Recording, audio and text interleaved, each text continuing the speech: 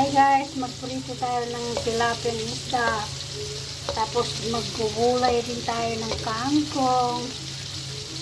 Ito nilagyan ko ng harina guys para maganda. Saka siyempre yummy yan. Guys, magluluto na naman tayo ng kangkong para merong kasama yung ating tilapia. Ang nalagay ko lang dito wala kong luya. Naubusan ako.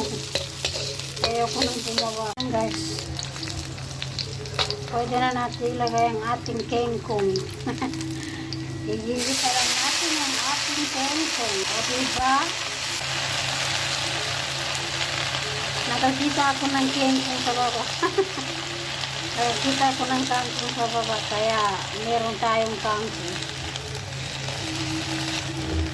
Sandali lang, imimekos-mekos ko lang muna.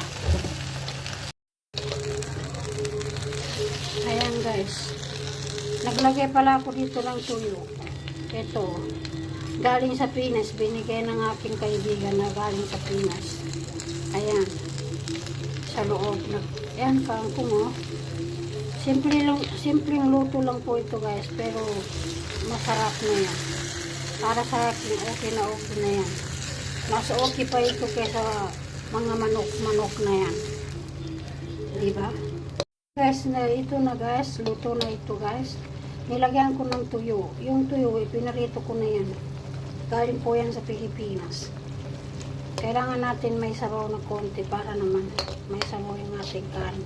Half cook lang ang ating luto dito sa gulay kasi mas masarap yung malutong-lutong ba.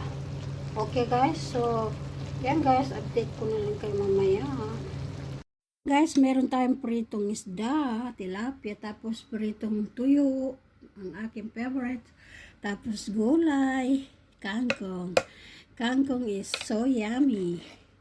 So, yan guys, kain po tayo guys. Sana po meron kayong pagkain dyan sa inyong table na masamahan nyo kami kumain. Bye-bye!